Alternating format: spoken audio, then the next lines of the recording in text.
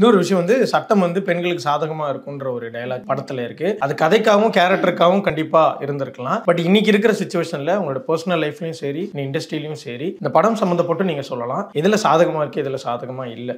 ஒருத்தவங்களோட personal experience தான் பேச முடியும். இப்போ ஜென்ரலைஸ்டா நான் வந்து இது சேஃப் அது அன்சேஃப்னு சொல்ல முடியாது. ஸோ இன்னுமே நிறைய விஷயங்கள் கேள்விப்பட்டுட்டு தான் இருக்கோம். அண்ட் முன்னாடி வந்து நம்ம நிறைய பேசினது வந்து ஒரு செக்ஷுவல் எக்ஸ்ப்ளாய்டேஷன் ஆன் விமன் பேசுகிறோம். இப்போ மென்னுக்குமே அது ஈக்குவலாக நடக்க ஆரம்பிச்சிருச்சு. இப்போ தான் அது வெளியில் வர ஆரம்பிக்குது. ஸோ ஆண் பெண்ணுங்கிறத தாண்டி இன்ஜஸ்டிஸ் எங்கே நடந்தாலும், எங்கே வந்து ஒரு விஷயம் வந்து அத்துமீறி போனாலும் அதை நம்ம கேட்க ஆரம்பிக்கணும். அந்த இடத்துல ஒரு ஜெண்டர் ரோலை ஃபஸ்ட்டு கொண்டு வரக்கூடாது. I think first we should stop saying பெண்ணுக்கு இது அநீதி நடக்குது, பெண்ணுக்கு இது நம்மளை ஃபஸ்ட்டு குறைச்சே பேசக்கூடாது. We are all equal. I am not talking about நானும் இது பண்ணுவேன் அது பண்ணுவேன் அந்த மாதிரி கிடையாது. எல்லாரும் வாழ்றதுக்கு தான் இந்த வேர்ல்டு வந்திருக்கு. So live and let live. I feel in that. நான் என்னால் வந்து பர்சனலாக இங்கே இல்லைன்னு நான் சொல்ல மாட்டேன். I don't feel I'm qualified enough to talk about it.